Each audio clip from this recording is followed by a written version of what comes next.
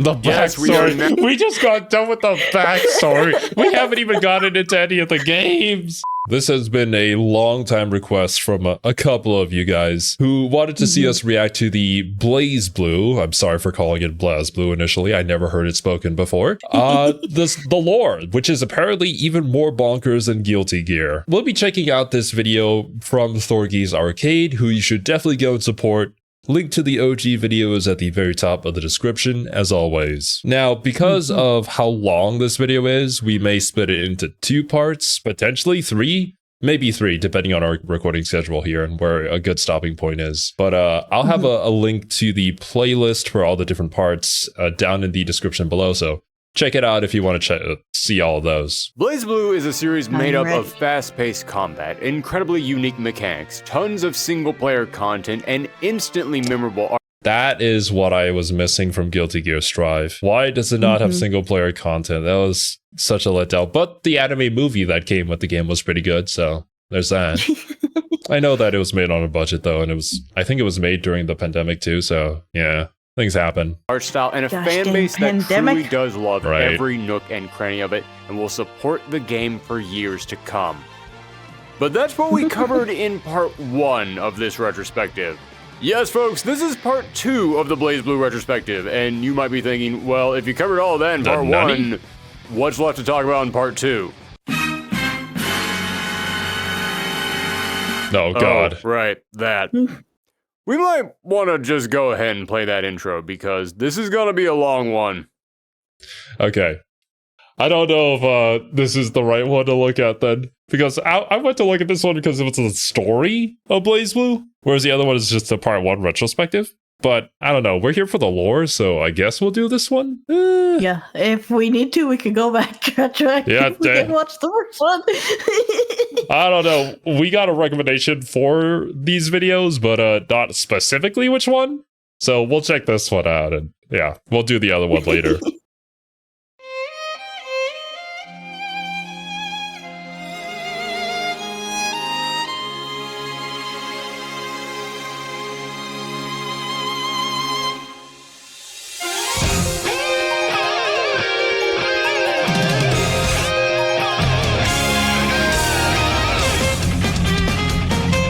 It's the nail guy!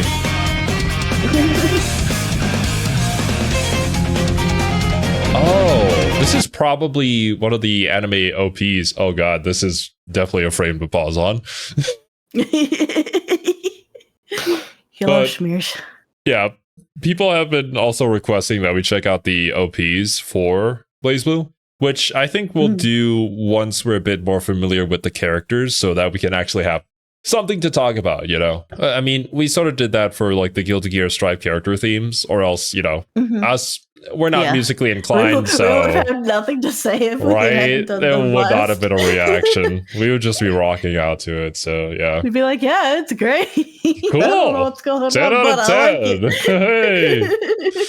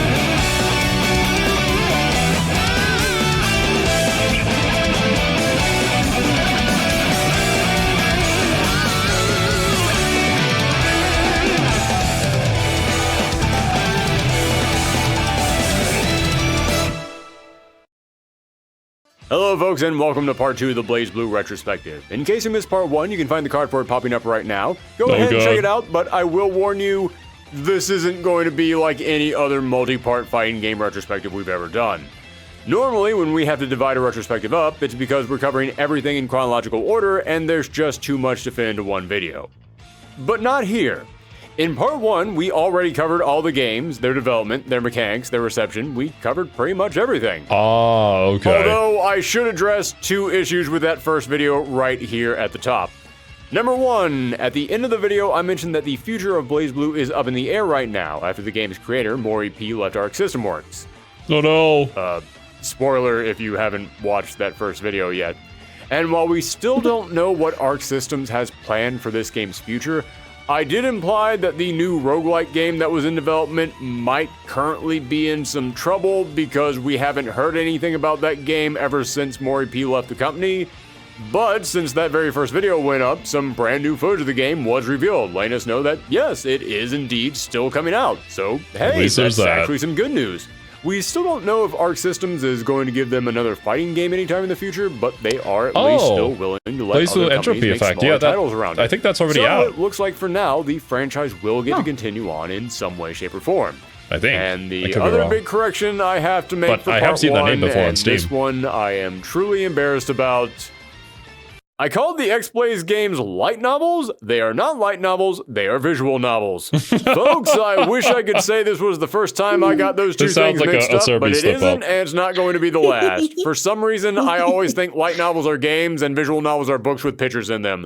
I don't even know how that got in my head, it's just been that way for years. So yes, I have to apologize. I should not have said that X-Blaze Lost Memories was a bad light novel. I should have said that was a bad visual novel. Just the worst visual novel I've ever played. Truly a horrible, horrible visual noble. Whew. There. Glad you got it off your chest, man. Glad I got that off my chest. Do not play X-Blaze Lost Memories.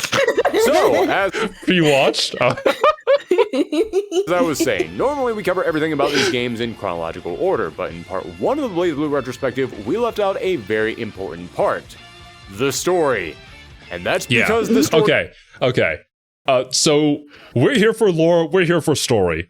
So I think, it's probably the best decision for us to start here, and we'll go back and maybe take a look at the game's development. I'm personally kind of interested in all that behind-the-scenes stuff, so... I love that kind of stuff, too, so yeah. Oh, yeah. The story of BlazBlue is its own separate beast. BlazBlue's story is incredibly important to the series, being larger than any other fighting game story, and for many people, it's the main draw of the game, so I have to cover it. That's why we're here. Unfortunately, the story of BlazBlue is more bloated than a hot air balloon and more complicated than reading Gravity's Rainbow backwards.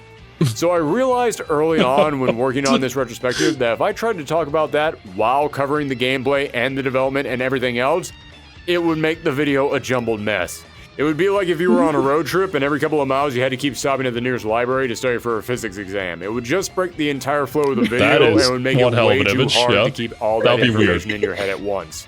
So instead, I decided to split the story discussion off into its own video, and that's what we're doing today. And I know some people might think I'm exaggerating about the story being complicated, so before we begin, I just want to make it clear, no, I am not. BlazBlue's story isn't just the longest in any fighting game, it's also one of the most incomprehensive stories in any game, period. And that doesn't mean it's bad, no, not at all. This story certainly isn't bad, but it is complicated. And before we start delving into it, I feel we need to address why that is. I'm curious to see where this stacks up with other convoluted series I'm a fan of. I have heard that Tekken actually received an award for like the longest fighting game lore ever or something along those lines. It got an award for its story at some point. So I'm kind of curious how that would stack up to this. I saw so many people after part 1 of the retrospective say that they wanted to check out these games, and that's great. But I know some of y'all probably went into these story modes and thought, what the heck is going on? So I feel we should actually address what makes this story so complicated to help you all understand it. But if you do just want to skip ahead to when we actually begin talking about the story proper, go ahead and jump to the time code shown below. Okay, for starters, the story of all BlazBlue games takes place over the course of a few weeks. But there is a massive boatload... Just a few weeks? Are you kidding me? You can make a 2-hour-long video on this? What? That was one hell of a 2-week section. And multiple different games, too. What happens in 2 weeks? Yeah. The backstory to this world, going back hundreds and hundreds of years. Okay, at least there's that. You need to know this backstory to understand anything that's going on. Problem is, they don't explain to you most of the backstory until after the parts of the story where you need to know the backstory. Secondly, They didn't put it in a mobile game like Union Cross. Okay, you know what? At least there's that. I mean, maybe they have. Yeah, maybe I'm jumping the gun. Oh, no. Please, no. BlazBlue loves its made-up nouns and verbs. There are so many names and places and special items and magical abilities, all of which have their own unique names. There are, as we said in part 1, side modes that explain to you. That's one of my biggest gripes with Star Rail. Star Rail just makes up shit and then acts like you should know it, and I'm like, wait, what are we talking about? Honestly, that's one of my biggest gripes about fantasy writing in general. Like, having all these convoluted terms just thrown at a new person who's trying to read and understand your story just makes it a lot harder to get into. Of course, I mean, there's an art to defining terms without just info dumping, but man, is it important. Yeah. And oftentimes you can't even get around the info dump because of how complex you made your own world. So I've seen a lot of stories fall flat because of that, even though they might have been great stories, but I can't get invested into that if I have to learn an entire thesis on what happens in this universe and what these terms are supposed to even mean in relation to each other. But, we got to be open-minded here. Maybe it's not as bad as some of the ones that we've seen before. Or, at least I've gotten invested. It always is a hurdle, is all I'm saying. Yeah, for sure. Many of these terms are, but yeah, you remember that metaphor I made earlier about going on a road trip where you had to keep stopping to study for an exam? That's kind of what this is. It's hard to keep all of that in your brain when you have to sit through a giant chunk of story, only to then unlock the side content that explains to you what part of what you just played means. And that's if they decide to explain to you this information in the game itself, because there is so much important information that is locked behind mangas, light novels, visual novels, phone games. Heck, I'm pretty sure that roguelike I mentioned is going to end up having some kind of important information that changes everything that we knew about this entire story and will poorly age this video the moment it comes out. So if you want to get into BlazBlue and you play the core main fighting games and you just play those games, and you sit through every single part of that game and study every single bit of information that it gives you, you're not gonna know everything. You're still not gonna know what a chunk of this story is about. And lastly, and quite possibly the biggest roadblock to understanding the story. Okay, so I'm gonna assume that BlazBlue, or maybe it was just the way the author wanted to tell this story, but I know that there was an era of games where it was really popular to have a bunch of other media surrounding that contained important bits of lore or world building in order to just diversify income, I guess, for the company. Recently I checked out Dead Space, and there are a ton of books and an anime on Dead Space and a lot of extra information in audio books too, that you wouldn't get by just playing the video game. So maybe same era, maybe that was the idea, or, it was just their particular strategy for this one. BlazBlue is that nothing in BlazBlue can ever just be one thing. Over the course of making these videos, some big BlazBlue fans contacted me and mentioned that this story had several rewrites, but as I worked my way through the games, I never really noticed any clear rewrites. There was only 1 or 2 instances I noticed where a character said something different from what we had seen in a previous game. But then it hit me. Oh, that's not the kind of rewrites this game has. No, the kind of rewrites that this game has are things like, hey, remember that thing that happened in the last game? Remember how we said it happened because of A? Well, it also happened because of B, and C, and D, which were all happening at the exact same time as A. And also because of E and F, which happened years before the game began. Oh no. In part 1, I said BlazBlue felt like that story that you came up with in your head in middle school, but instead of writing it down, you just kept adding on to it more and more as time went on. And yeah, it turns out that's exactly what happened. Now, I know some of y'all are wondering why I wanted to talk about the complexities of this story before going into it, and that's because I wanted to make something clear. Today, I'm going to explain to you the story of BlazBlue. But I'm not going to cover the entire story of BlazBlue. Yes, when I announced that I was going to be doing this retrospective, I had several fans contacting me saying, make sure to talk about this manga, make sure to talk about this book. Heck, I even had one person contacting me saying I need to make sure to cover the backstories of Persona 4, Under Night in Birth, and Ruby because BlazBlue had a crossover with them. Oh, which BB Tech, yeah. No! When I do the Street Fighter retrospective later this year, I'm not going to stop when I get to Street Fighter Cross Tekken to explain the entire history of the Mishima family blood feud. Oh, God. I really hope that person was joking about that. But yes, I had many people telling me that I had to make sure to cover all the mangas in addition to the games, and believe me, guys, I get it. They do each contain bits of information that are important, and I know that you're all very passionate about this series, and you want to make sure that I cover all of it. I totally understand that. But do you know who else contacted me when I announced that I was going to be doing this retrospective?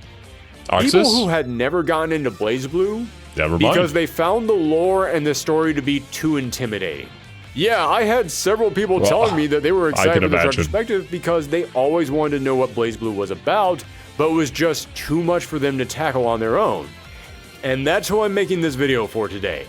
Today I want to make a video that takes the massive, insane story of BlazBlue and condenses it down into something that still captures all the important parts, includes all the vital information, but also makes it manageable and understandable for anyone, whether that be a longtime player, a brand new fan, or just someone on the outside who's always been curious. So in other words, I will not be covering any of the side content unless it is absolutely necessary to the main plot. Okay, you know, this is cool though. Like, introducing new people to the series is always sort of what you want to do, especially if it's something that you love. Like, you might as well skip over the unimportant parts, or else it would just be way, way too daunting. And for those who really want to get into the lore, you can always go out there and check those things out. It's there, it's available, and apparently the series has a lot of writing to it, so enjoy. I feel like Kiwi might disagree with me on this because she doesn't like playing games, she just likes watching them. But there's videos like this are fantastic for being an introduction, but they're never going to be a replacement for the series as a whole. So if you truly are a fan of BlazBlue, if you truly are a fan of Five Nights at Freddy's or Kingdom Hearts or any of those kind of ones with weird, crazy lore out there, yeah. at the end of the day, you're just going to end up diving into the deep end yourself and going into all that material. Yeah, exactly. We're sort of the ideal audience for this. Curious, but we're not there just yet to be dumping into like the obscure manga. We're here for getting into the series. So also, if you hear any gurring or barking, that is not Serby. That is Serby's doggo Batman. I'll do my best to add out any additional barks, but if he barks while Serby's talking, I can't really do much about that. So apologies for that, but that's what doggo do. If something happens in the story because of A, B, C, D, E, and F, but you only need to know about A, then I'm only going to cover A. Yeah. If something has a special name, but that special name only makes understanding it more confusing, I'm going to leave it out. And this is the one that is really going to hurt some people. But while I'm going to make sure to mention as many playable characters as I can, if that character is not important to the overall plot, and I hate telling you guys this, but there are a lot of characters that are not important to the overall plot, then I'm not going to cover them that much. And let me just say, every single character in this series has their own plotline. They have their own backstory. They have their own goals. They have their own mission. It's one of the things that makes these characters so good. But if I tried to cover all of them in this video, it would just become even more of a mess than it already is. So we're just going to stick to the plot points that matter to the overall story. Also, as I said, this game loves to explain backstories long after you need to know them. I will not be doing that. I will be explaining the events of this story in the order that I feel makes them the most comprehensive. But Thank you. Please do. I know that was a lot, and I apologize for the delay, but well, let's just say I know if I didn't explain all of that, then there would be a ton of people saying you forgot to mention this in the comments. Guys, trust me, there is totally a chance that I'm going to end up forgetting to mention something that is very important. But odds are, if I don't bring something up in today's video, it's not because I forgot it, it's because I'm choosing to leave it out to keep this story simplified and accessible. After all, the point of this video today is not to be the BlazBlue wiki book on tapes. It's to try and summarize the story in a way that everyone can understand. Plus, these are good games, and I would like people to check them out, so I want to summarize this in a way that will make it seem interesting to people, but will still leave you with some stuff to find on your own when you go and play them. But that's it. I think I've laid out everything that I need to set up before we began, so now we can finally start the story of BlazBlue. Our tale begins in a world between realities, a dimension known as the Boundary. The Boundary is a space that connects all realities together, because yes, there are alternate realities in these games, and that will come up much later on. The Boundary is filled with a substance known as Seether. Bro, I can't believe, like, right before this video, we recorded the multiverse from Marvel, and now we're getting just right back into it. Oh god, my brain. Yeah, I loved it. Seether is essentially magical radiation. It's a substance that exists all around us, and in small doses, it's completely harmless. But thick doses of Seether can be incredibly toxic and harmful to normal humans. And at the very center of the Boundary is the most concentrated form of Seether, known as the Azure. And Seether does have magical properties that could grant someone magical powers, but Azure is in a whole other league.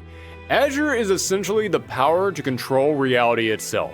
It gives you godlike powers to reshape all of creation. And the Azure is controlled by a giant machine called the Amaterasu Unit, also known as the Master Unit. And the Master Unit is essentially Robot God. It's the being that uses the Azure's reality-shaping powers to control the course of the universe. But the Master Unit has two guards. A shield that can block absolutely anything called the Tsukuyomi Unit, and the Susanoo Unit. It's Monster Energy guy. Yeah. I'm probably not going to talk about it throughout the entire video, but I could definitely see some similarities between some of the Guilty Gear lore and BlazBlue. Mm-hmm. Like, you know, the whole... You can tell that these like come from the same studio.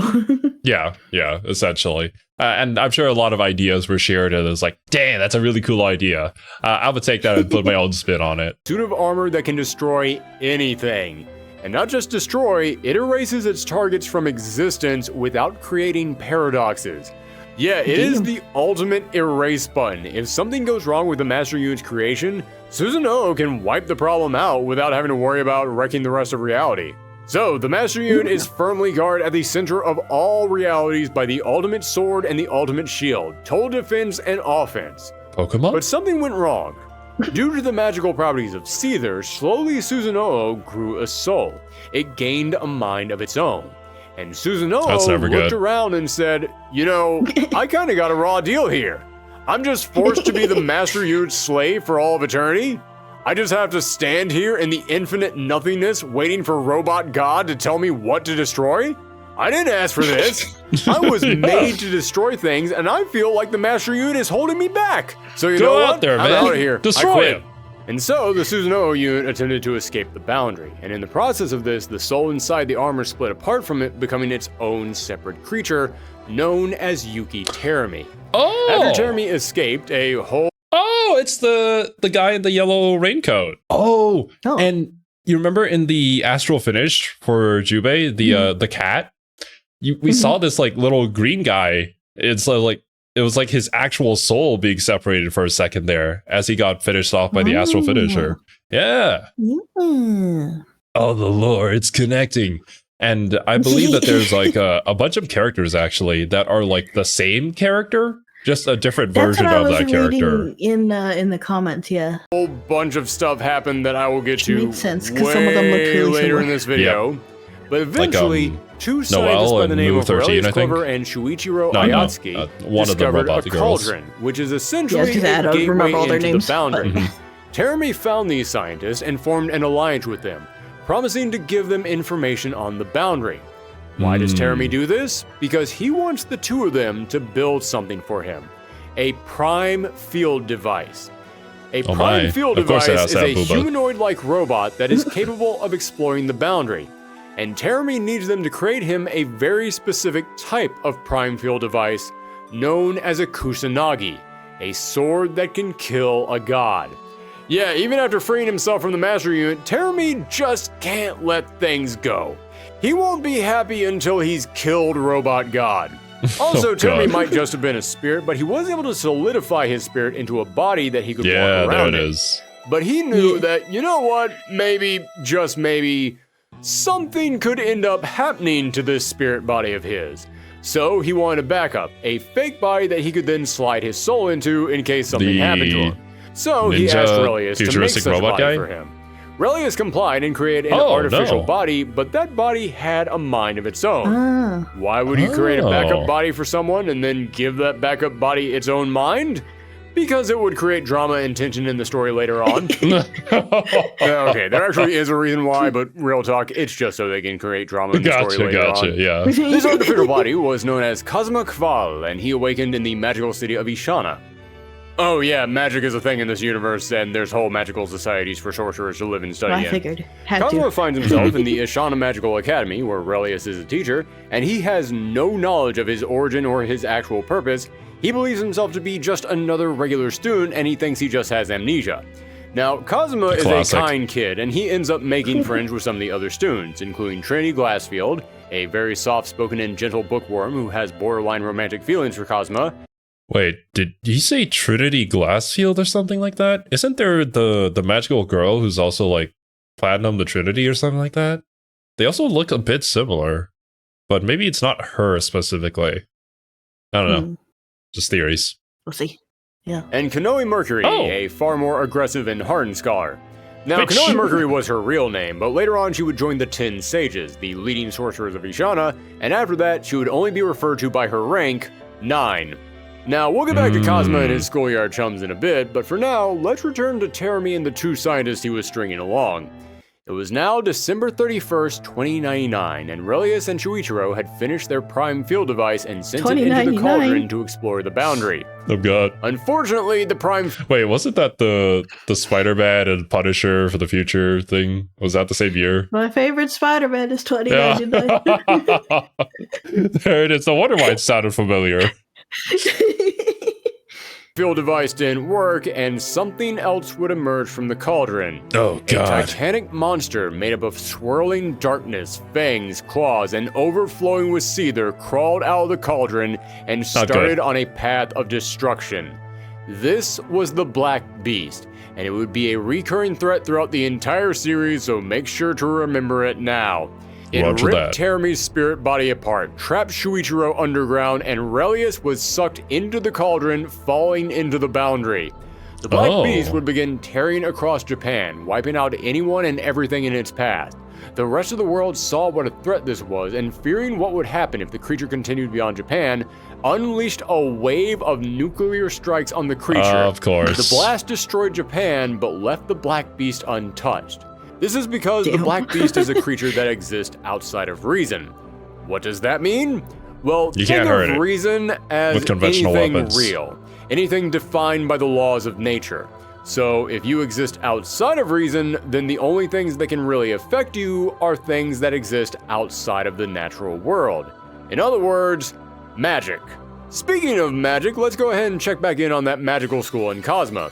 Yes, Terumi's body had been destroyed, leaving him a wandering spirit barely able to hold onto this world, so that meant he needed that spare body that Relius had prepared for him. But Cosmo, because he had a mind of his own, wasn't really in a position for Terumi to take him over. So, Terumi began appearing to Cosmo, almost like a ghost haunting him, whispering in his ear, tempting him, tormenting him.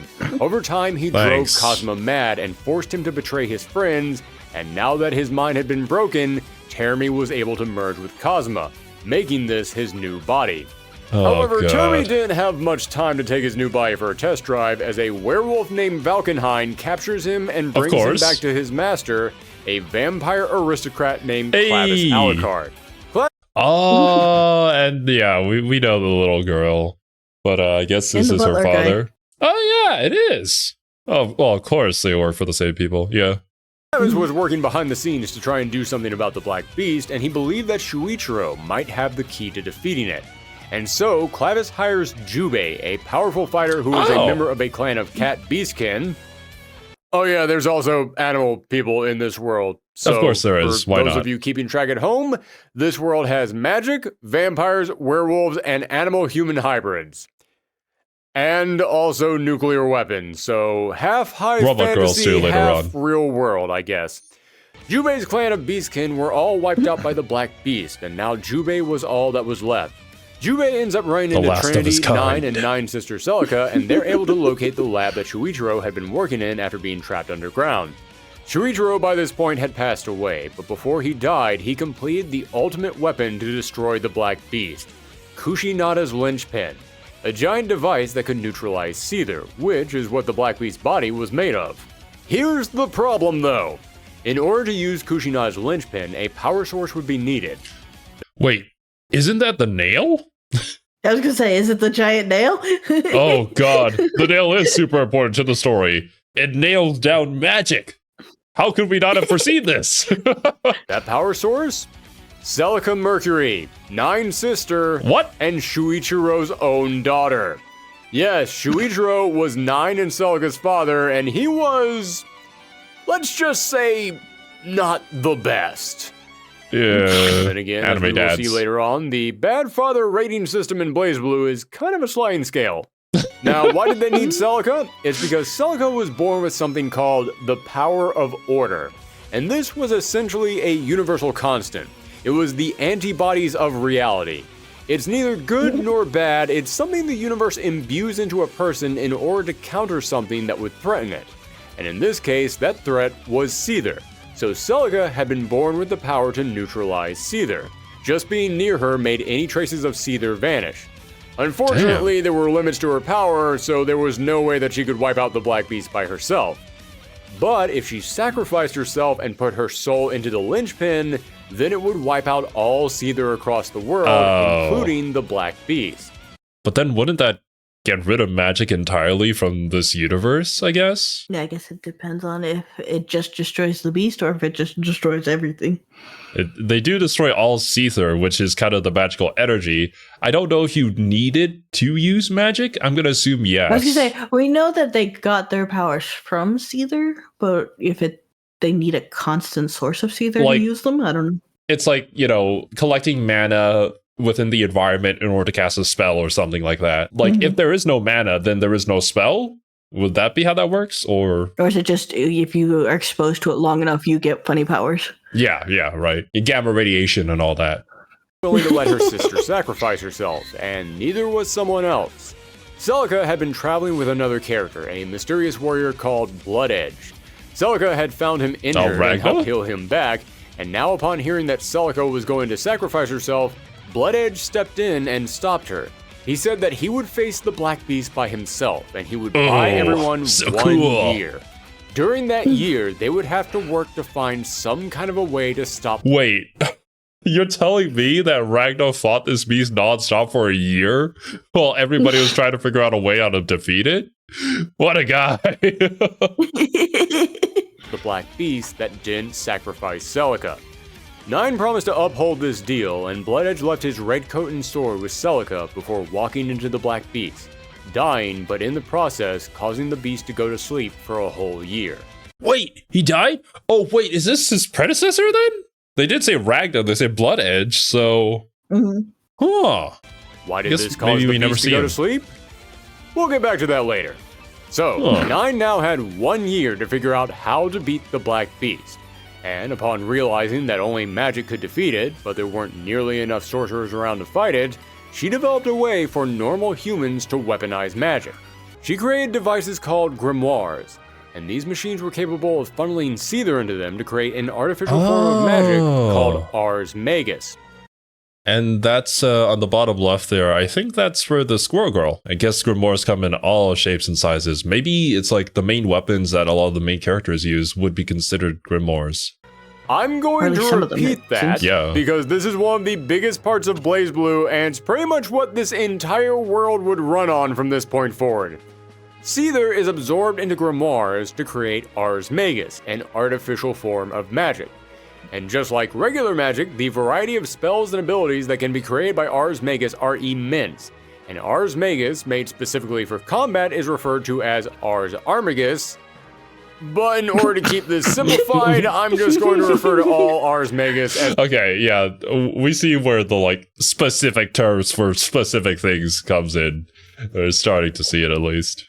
Simply Ars Magus. It's an Ars Magus, yeah. But the most powerful form of Ars Magus took on the shape of 11 weapons known as the Nox Nictoris. Now, near as I can tell, the Nox Nictoris don't need grimoires to function. Yeah, we could already recognize who. There's even the puppet here, which is apparently considered one. Oh, there's the actual nail. Yeah, there's the nail. There's the guns for Noelle on the left here. And the magical girl stuff. Mm-hmm. And in the back there, I believe that's S's sword, the big chunky one with like the cuts in the middle where it opens up. Oh yeah, you're right. They sort of just exist as solidified Ars Magus in the shape of weapons. So you might be wondering how they can do this? Well, it's because unlike other Ars Magus, which are created by grimoires, the Nox Nictoris are created by souls. Oh. Lots and lots of souls. Who did we sacrifice? Yeah, big power, bigger cost. So, humans now had a way to fight against the Black Beast in Ars Magus, but they still needed someone to lead them. And so a team came together. Nine, Trinity, and Jubei were joined by Valkenheim, but they still needed more power. And Nine knew where they could get it. Terumi might have destroyed their friend Kazuma, but he was incredibly strong, and Nine knew they would need that strength. So, Nine cast a spell on Terumi to control his mind, keeping him from rebelling and forcing him to work alongside them. So that made 5 mighty warriors, but they still weren't enough. Even with the armies of man wielding Ars Magus and these 5 fighters leading the charge, the Black Beast was just too strong. That's when the final warrior appeared, a mysterious armored man named Hakumen. He joined these other warriors and they became known as the 6 Heroes, and after a long battle known as the Dark War, the Black Beast was finally destroyed. However, that didn't mean that humanity had been saved. Remember how I said that the Black Beast was full of Seether, and that Seether in large doses is poisonous to humans? Yeah, deadly. Yeah, well, when the Black Beast died, it released all that Seether across the planet, making almost the entire Earth uninhabitable. What? Oh, God. You won the battle but lost the war in this scenario. Jesus Christ. Was it worth it?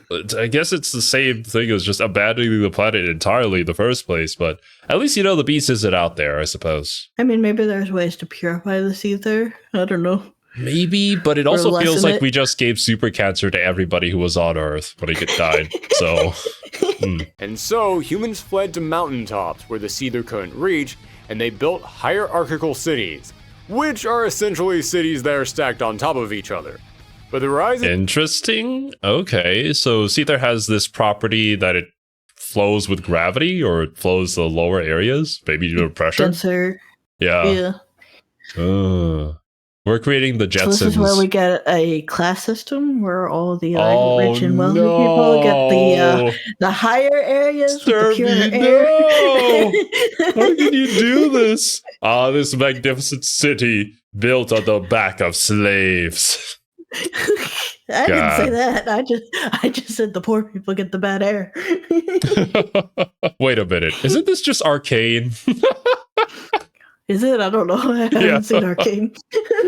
Yep. There's this whole thing with like the rich and wealthy people up on the surface and then all the poor people down breathing the smog. It's a pretty common trope. Very, very. Honestly, happened in Spider-Man 2099. Oh my God, of course it does. Actually, yeah, that's right. When we were watching Into the Spider-Verse and they went to the lower levels, it really didn't seem as good as the higher peaks did. But the rise in Seether wasn't the only problem left over from the war. There was still the matter of Yuki Terumi. Yeah, he's still here. He had been under Nine's spell during the war, but eventually he managed to break free, and he wanted revenge. He killed Trinity Glassfield and threw Nine into a cauldron. In order to stop him, Hakumen sacrificed himself by grabbing Terumi and jumping into the boundary with him. Damn. So, out of the 6 heroes, the only 2 left were Valkenheim, who had gone back to working for the Alucard family, and Jubei, who had to give the bad news to Celica, who had gone on to become a nun and open up her own church. Now, after everything that had happened, after the war, after the Black Beast, after the Seether, after having to move to the top of mountains in brand new societies, as you can imagine, the world had changed greatly. Governments all across the planet had pretty much collapsed, so a brand new ruling power rose up. A military force calling itself the Novus Orbis Librarium, otherwise known as the NOL. It was formed in order to manage all the grimoires that had been created during the Dark War, claiming they would decide who got to use them, and as you can imagine, they only thought that those loyal to the NOL should be allowed to use them. Oh, yeah, no kidding. Also, isn't this Jin Kisaragi, the kind of like one who looks a bit like Kai, but just leaner? I think it is. And the one behind him? I don't know how you managed to remember all these names. I remember none of the names. I have pretty good memory when it comes to certain things, but I'm not going to say I have perfect memory. I have terrible memory, and I remember none of the names. I'm sorry. The girl... I'm doing my best here. The girl behind Jin sort of looks like Izayoi. The one that was like the floaty mage, but also had daggers, and we weren't really sure what she was doing. Oh, yeah, you're right. Because of the hair, it might be her. Most people didn't agree with this, and many started to rebel against the NOL, mocking them and how they held onto all these grimoires by calling them the library. The NOL set up bases in every major city and created cauldrons in their bases in order to absorb Seether from the boundary to help power their grimoires and other tools. Also because they're still trying to find the Azure Hidden at the center of the... like a device to collect Seether then? They're also a gateway into the other dimension. I already forgot what it was called, not gonna lie. I want to call it Backyard, but it's not. it's like close enough to Backyard. Yeah. The boundary, yeah. It's where all the magic seeps out from because of the Azure, which is like the dense collection of all that Seether. So the cauldron is, just a gateway. Boundary in order to gain ultimate power, but we'll delve into that later. For now, let's move away from the NOL and spotlight some other important events that were happening during this time. First up, you remember Relius? You remember how he fell into the cauldron and got lost in the boundary?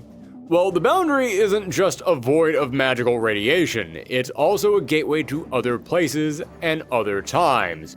Relius eventually re-emerged 80 years after he fell in. But after falling into the boundary, he kind of went crazy. God. Crazier than he already was. He had always been a bit unhinged, but upon falling into the boundary, he ended up seeing the whole of creation. He got a taste of ultimate knowledge, and upon emerging and returning to the real world, he now looked at humans as nothing more than meat bags with souls in them. And he only had one goal, to gain more knowledge. And he would use whatever tools he had at his disposal, including other people, to make that happen. A few years later, Jubei, now wandering the world trying to destroy the NOL's cauldrons, again, we'll explain why that is later, ended up discovering a lab, and inside of it there were 3 young siblings, Ragna, Jin, and their sister Saya. Oh, okay, never mind, that was not Jin. It was just another blonde guy who established the NOL. But these guys are being experimented on. No! He rescued these kids and took them back to Celica's church where she would raise them.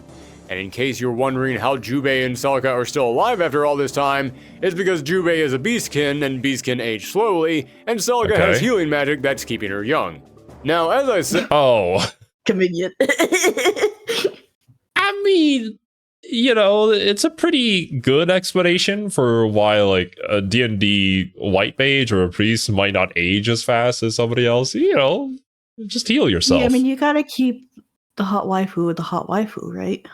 I mean, you did pick her as one of your potential mains, so I guess you agree. Yeah, totally. Oh, and one of the funny things that I learned about Celica's astral finisher was that she's actually attempting to heal the opponent, and they do actually go back to full health, but the robot recognizes that as a command to annihilate them, which is why she's like so stunned at what happens later. It's freaking hilarious. The NOL was scooping up power across the entire planet, but there were those who opposed them. First up was Sector 7. Sector 7 wasn't really a team or a single force, more of just a group of super scientists who all came together to share resources and data to try and fight. So you're telling me that Litchi is a scientist? So that's what she was this entire time. I had no inkling of that at all from her initial like impression of her design. None whatsoever. But then again, I guess, you know, she's kind of like walking around with the bra out. And Kokonoe over here also has like her panties out. So maybe that's a connection. They just like to walk around with their underwear out and they're scientists. I see. This is why you went into science. I understand now. Yes, exactly. How did you know? This is really freaking funny because I feel like this is actually kind of a trope. Because in a scientific railgun, there was also a scientist character who felt more comfortable not wearing any clothes. I don't know why. This was a era of anime that had a lot of this like character archetype. Maybe. Because I don't feel like you see this much anymore. True.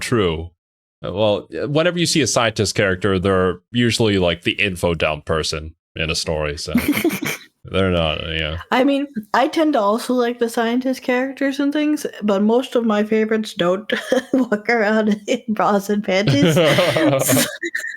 So it's definitely a archetype. I have no qualms with it. I hope to see more of it in the future. Right back against the NOL. And yes, you heard right. Sector 7 was made up of scientists. 100% pure science. No Ars Magus science mixed with magic here, just good old-fashioned equations and test tubes. And one of the leading scientists for Sector 7 was Kokonoe Mercury. And if that last name sounds familiar, it's because she was the daughter of Nine and Jubei. Yes, Nine hooked up with a cat. We've all made the jokes already. Let's move on. Now, Kokonoe kind of despised both of her parents. In fact, because she despised Nine. And that also explains why the both of them have this astral finisher, which is sending a meteorite down into the earth and destroying it. But, you know, for us not knowing that, we were like, bro, they just copied the same one. How could they? That's lazy. I mean, I stand by that statement, but at least there's precedence. There is lore reasons behind it. Oh, and I think it's because some of the ones felt a little more, well, like there was more effort put behind it. It's kind of because they ported over the other astral finishes from older games for the older legacy characters. So they were a lot simpler than the ones that were newly introduced in the most recent game. So yeah, there's that. Just time. Time was the real enemy there. So much, she refused to use magic in any way, and that's why she decided to dedicate herself to science so much. And as a result, she ended up creating several breakthroughs in her time, many of which aren't entirely morally on the up and up, and Kokonoe has a few people working under her, the most notable of them being Tager. Tager was a mercenary whose entire squad was wiped out while trying to capture a dangerous criminal named Azrael. But Kokonoe... and Azrael's the guy who picked up the giant chunk of dirt, tossed you into the air, then punched it with a nuclear explosion. That guy, what a legend. Got absolutely destroyed.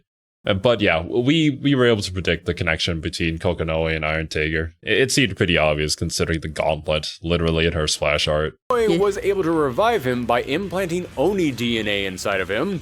Because apparently Onis are also a thing in this universe. Yeah, obviously. This brought Tager back from the brink of death, but now he had a reddish skin tone, was as big as the house, and had no memories of his past.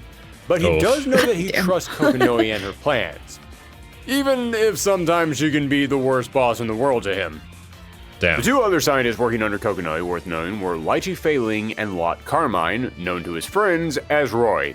Now, Roy was fiercely loyal to Kokonoe, and Lychee was starting to fall in love with Roy, so everyone was getting along just fine. Up until Roy started to become obsessed with the Boundary and the giant cauldron that Sector 7 was keeping in their basement. He started working day and night writing down his theories on the Boundary, with every passing day becoming more and more unhinged. Kokonoe and Lychee tried to help him, but he was too far gone. And one night he snuck into the Sector 7 cauldron, peered inside, and came face to face with Yuki Terumi. Yes, shit. Terumi just happened to escape at the exact time that Roy was looking inside the cauldron. How did Terumi get out of the Boundary? We'll explain that later. Terry decided to do what he does best, be a total dick, and told the already unstable Roy that everything he wanted was right inside the cauldron. So Roy jumped inside of it and... Well, remember how Aurelius went mad from being inside the cauldron? Yeah. Yeah, he was the lucky one. Because the overflowing seether inside the boundary mutated Roy into a monster that would become known as Arachne, who fled Sector 7 and... Oh! Oh, no. Also, how did he pronounce that name? Arachne? Mutated Roy into a monster that would become known as Arachne, who fled Sector 7 and head toward the higher... We were like Arakude. My bad. Hierarchical city of Kagetsuchi looking for more seether. So Yuki Terumi and Relius Clover were both back and alive in the modern day. Well, mostly. Terumi was still just a spirit that was absorbing the negative emotions of the world in order to give him enough strength to stick around. He needed a new body, so Relius got to work on one, while Terumi started his own plan. Remember, Terumi still wanted to kill the Master Yun, and he needed something powerful to accomplish that. And that something would require a plan with about 1,000 overly... Oh, I just realized. I bet you this robot god is the one that gifts certain people or creates more robot girls in order to defeat whatever Terumi's about to cook up here, I'm assuming. And that's why we have like the giant sword falling from the sky. It's because it's summoned by this god. And it's like, you can see the top left and the top right here, which looks kind of similar to what we see in the Astral Finishers. For those characters. Yeah, I see it. Complicated steps to it. For starters, Terumi made his way to the church where Ragna, Jin, and Saya were being raised. Now in his ghostly state, Terumi couldn't do much, but he was able to tempt Saya, whispering in her ear a bit until she agreed to come with him. Terumi then handed Jin a sword, but not just any sword, Yuki Anasa, the legendary Nox Nectoris Ice Sword. And remember how I said that Nox Nectoris are all made by souls being merged together? Yeah. Well, the soul in control of Yuki Anasa overpowered Jin's tiny child mind and commanded him to kill Ragna. Jin cut off Ragna's arm, killed Celica, and left Ragna to bleed out in the church. What the fuck? Damn. I thought you were supposed to be the friendly rival character. Never mind. What? They killed Celica too? Do we bring her back? Jin cut off Ragna's arm, killed Celica, and left Ragna to bleed out in the church as it burned down around him. Ragna was saved, however, by Jubei, who returned just in the nick of time. Jubei replaced Ragna's arm with the Azure Grimoire, one of the oldest and most powerful grimoires, with the power to tap into the Azure itself. By the way, in case anyone is still confused about this, yes, they are called grimoires, and grimoires are typically a type of book, but that's just a name. Grimoires in BlazBlue can be shaped like anything. Yeah. And the Azure Grimoire is kind of an amorphous, constantly shifting blob, so Ragna is able to take the Azure Grimoire and reshape it into a fully functioning hand. So in one day... Oh, so it's just his hand now. And I guess that's remained true. Okay. Ragna ended up losing his arm, his family, and his home, but at least he gained an incredibly powerful Grimoire. That's gotta be good for something, right? Yeah. Problem is, the Azure Grimoire comes with a major drawback. It absorbs the souls of anyone around him. So yes, Ragna was able to replace his arm with his legendary Grimoire, but if he stays around anyone for too long, it'll drain their life force. Are you kidding me, bro? Is that why his sword turns into like a scythe? Does he like reap the souls of anybody that he fights? Oh, and it's not because of the sword, it's because of his arm. Oh, baby. Over the next several years, Ragna was trained to fight by Jubei, who was strong enough to resist the soul-eating effect of the Grimoire, and he would also receive continuous vague life lessons from another character who kept popping up from time to time, Rachel Alucard. Yeah, remember that royal vampire that I mentioned earlier, Clavis Alucard? Well, this is his daughter, and she would continuously show up to give Ragna ominous messages to try and steer him down a path. Why is she always so vague? Well, part of it is because she's a snob who views everyone as being beneath her, but it's also because Rachel just flat out can help Ragna directly. Yes, you see, in addition to being a vampire, Rachel is also known as a bystander. At least that's what it's called in Japanese. Yeah, let me go ahead and make something clear. Most of the terms in BlazBlue are different in Japanese and in English. And for all of these, I'm going to be using the English version of the names because, well, this video is in English, so it's probably what most people watching it can understand. But in English, she is referred to as an observer, which is a fine name. Problem is, there is another thing in BlazBlue called an observer, and they didn't change the name in English. So in English, there are now two different things called observers because the lore of BlazBlue wasn't complicated enough already. Well, okay. In all fairness, they do end up correcting this in later games, and they do rename it to Onlooker, which is a fitting name. But because it has already now had two different names, and Onlooker still sounds a whole lot like Observer to me, I feel like if I called it Onlooker, it would just confuse some people. Those people would be me.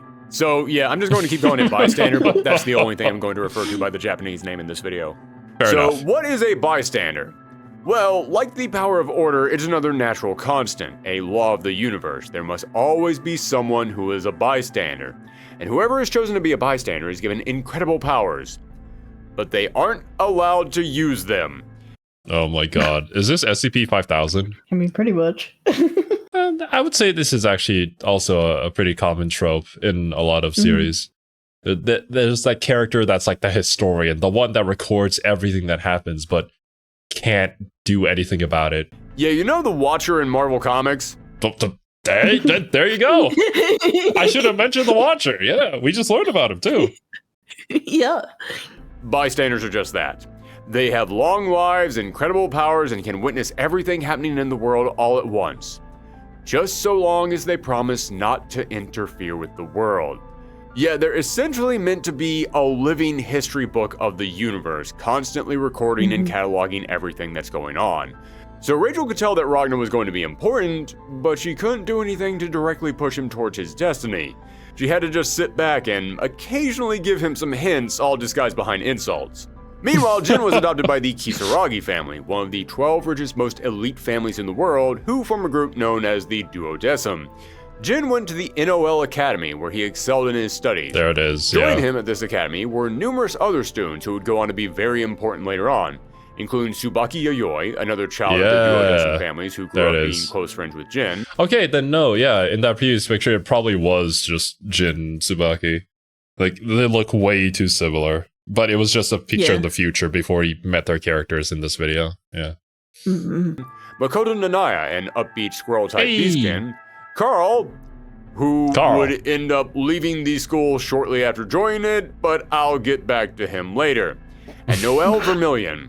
Noelle is a sheepish girl who was also adopted by a Duodecim family, and she's got a natural affinity for using Ars Magus. So much so that early in her studies, she was able to summon out Bolveric, one of the legendary Noxenic Taurs shaped like a pair of guns. Also, Noelle just happens to look a lot like Jin and Ragnar's sister Saya. And hey, fun drinking game, take a shot every time that you hear looks a lot like Jin and Ragnar's sister Saya. I'm just kidding, please don't do that, I don't want you to hurt yourself. So Jin's studies were going well. Oh god, is Saya gonna be like Arya from Guilty Gear? Like, you got a little bit of her in you, and you also have a little bit of her in you. And you're kind of basically just her, but not really. Until you've accepted that part of yourself. He was rising in the ranks, everything was set out for him. That is unless war were declared. What's that? War were declared. Yeah, remember I said there were people out there who opposed the NOL hoarding all this power? And in case you couldn't tell from that list of NOL Academy members, they tended to hoard them specifically for the rich and powerful. So this led to a civil war in the land of Ikarga as the people rose up against the NOL. Now, Ikarga is referred to as a hierarchical city, but it's more of multiple hierarchical cities all working together. The battle raged on between Ikarga and the NOL, with much of the land of Ikarga being destroyed and turned to rubble. And it all came to an end when Jin Kisaragi killed the Ikarga leader Tenjo. At which point, many people from Ikarga were forced to leave their home and move to a small village inside the hierarchical city of Kagetsuchi. Hey, that's the second time we mentioned Kagetsuchi. I wonder if it's going to be important in a moment. Now, Jin Kisaragi was hailed as the hero of the Ikarga War. Yeah, there it is. Not that he really cared. I haven't talked about character personalities much in this video because I mostly did that in part 1, but yeah, Jin is kind of a sociopath. He views anyone around him as being nothing more than trash, and you get the feeling that he killed Tenjo not because it was his mission, but just because he could. But nonetheless, Jin still got a major promotion for ending the civil war that was started by Ikarga. Except that it wasn't. Yeah, this isn't revealed until way later, but it's something I want you to keep in your mind right now. The Akarga Civil War was just a cover for a battle that was happening between the NOL and Sector 7. Now, why did Sector 7 and the NOL start a war with each other instead in a country that wanted nothing to do with either of them? Well, because both sides needed a whole lot of people to die. Why did they need that? Damn. To make weapons? We'll come back to that later. For the soul thing? Sorry, I know that's a huge tease, but trust me, it would make zero sense if I explained it right now. I just wanted you to have some context for the Akarga War. Well, there's so many things that it's just like, we'll come back to it later. Does this have something to do with the cauldrons too? Probably, because the cauldrons were also the other thing that he was like, we'll come back to it later. Which one? Was it Jubei that was hunting down the cauldrons and destroying them? Yeah, Jubei was going around trying to destroy all the cauldrons that the NOL had. But the NOL is a very big organization, so... And Jubei is just one cat, so... Yeah. And to be aware that Sector 7 and the NOL are both super messed up. Meanwhile, as all this was happening, Ragnar had spent several years training under Jubei, and now it was time for him to graduate. Jubei went to the burned-down church and found something in there that Celica had been holding onto.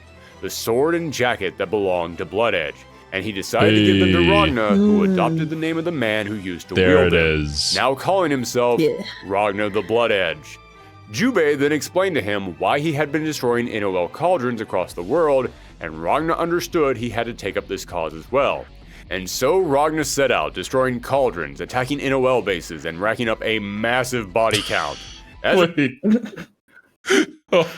I'm sorry to draw the comparison again, but like, it's so there. It's like Soul going around destroying all the science facilities that were researching gears. Do you think Ragnar and Soul would get along? Ooh, that's actually a really good question. I feel like Ragnar's a bit more crazy than Soul.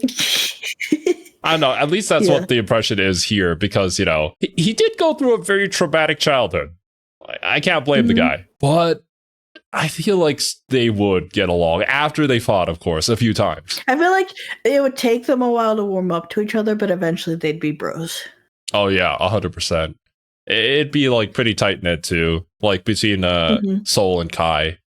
But yeah, they constantly always find a reason to fight each other for something, you know, just test each other's power or some shit like that. Named Grim Reaper, and even had the highest bounty in history. Wait, is that a poster? I forgot. What was the anime called again that we watched the 3D remake of? It was about the guy who had the highest bounty ever in the galaxy, but he also wasn't actually a killer. Trigun. Is this a reference to that? I doubt it. I think it's probably just a wanted poster, but... But like, why this face? I think it's like Sanji's wanted poster from One Piece. It just looks nothing like him. Platinum dollars placed on his head. But this didn't slow Ragnar down, as he kept targeting cauldrons, and he now found himself moving towards his next target, located in the hierarchical city of Kagetsuchi. And that, ladies and gentlemen, is the backstory to BlazBlue. The backstory? We just got done with the backstory. We haven't even gotten into any of the games. God damn. Yeah, let's see. Yep, that's the backstory. The next one is Calamity Trigger. Oh my god. Now, finally, at the first game. I told you there was a ton of backstory, and again, that was with me leaving stuff out to keep it comprehensive. But don't worry, from here on out, it's much smoother. Sure. At least I hope it is. I haven't actually written the rest of the script just yet. For all I know, everything is about to turn into an incomprehensive gibberish. Let's find out together, shall we, as we head to the events of BlazBlue Calamity Trigger. And I think that's where we're gonna call it for now. Because holy heck, that is a lot of information to absorb. Yeah, and I enjoy it though. This is really the kind of stuff that we like. I'm kind of enthralled by this. I want to know more. But yeah, dudes. Oh, that's gonna be it from us today. Hopefully we'll have the next part up soon. This might be 3 parts, maybe even 4 parts, but we just want to make sure that we remember and absorb all that we can before we get into the game and not just like remember it in passing. So definitely. Thank you guys so much for watching. Hope you guys enjoyed, and we'll catch you in part 2. Bye-bye.